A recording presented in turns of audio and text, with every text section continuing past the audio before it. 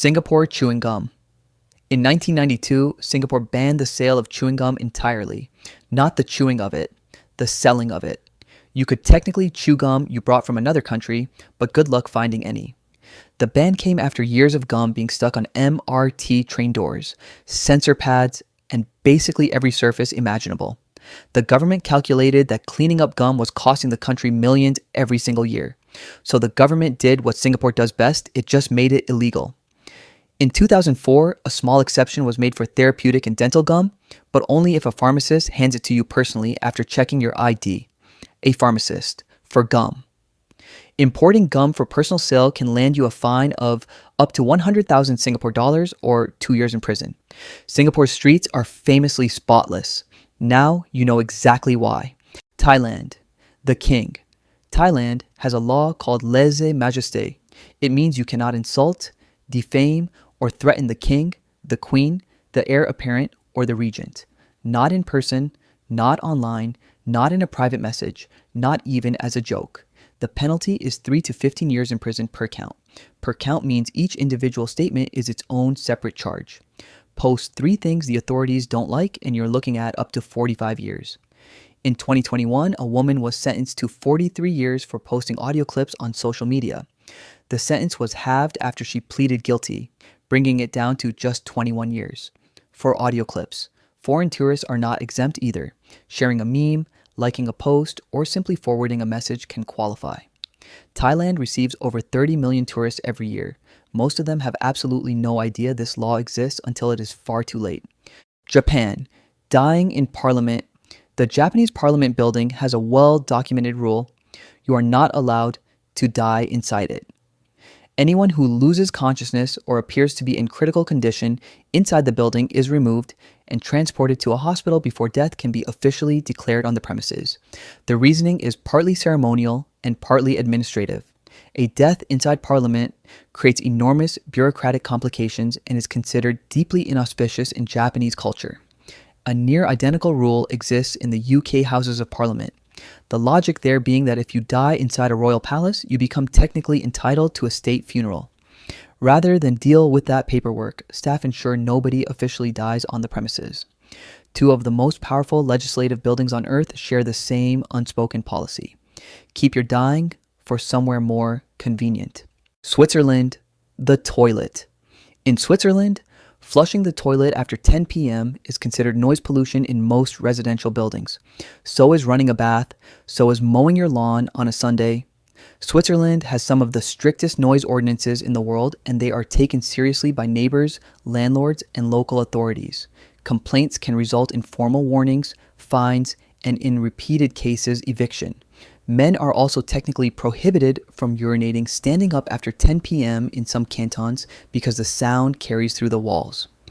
Whether this is actively enforced is a separate question. What is clear is that Switzerland expects its residents to maintain silence after dark with a discipline that the rest of the world reserves only for libraries. Greece. High heels.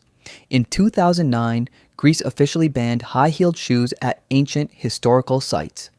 The Acropolis, ancient Olympia, Delphi, all of them have strict no-heels policies enforced at the entrance. The reason is structural. Pointed heels concentrate enormous pressure onto a very small surface area, enough to permanently damage ancient marble and stone. The stones at the Acropolis are between 2,000 and 3,000 years old.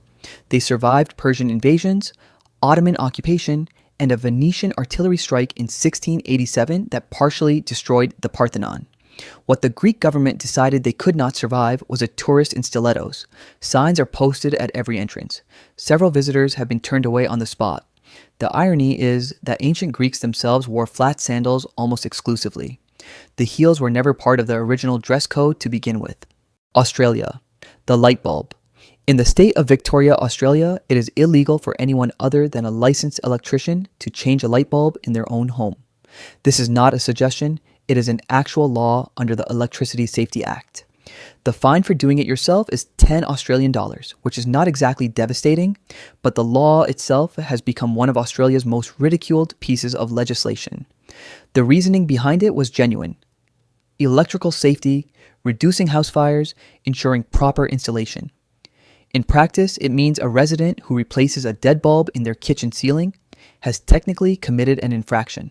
The law was written decades ago when light bulbs were wired very differently. It has never been updated.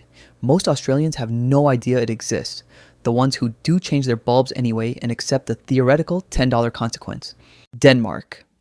Under the car.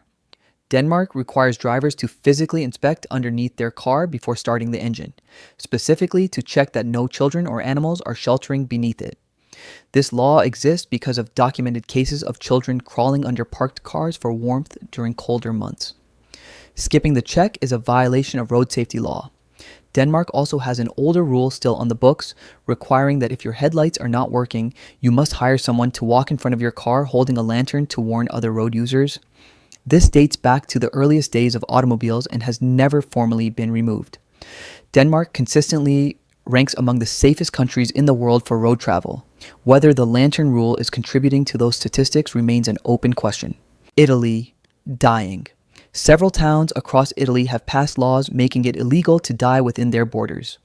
The town of Falciano del Masico passed such a law in 2012 after the local cemetery ran out of space entirely.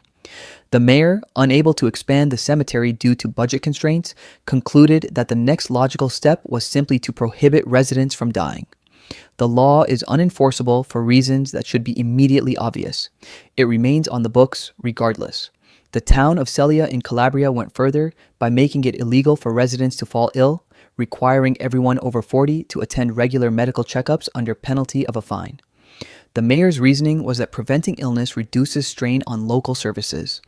Somewhere between genuine public health policy and the most optimistic piece of legislation ever written sits the Italian government's formal position on death. Subscribe for more videos like this every week, and drop your country in the comments. What is the most bizarre law where you live?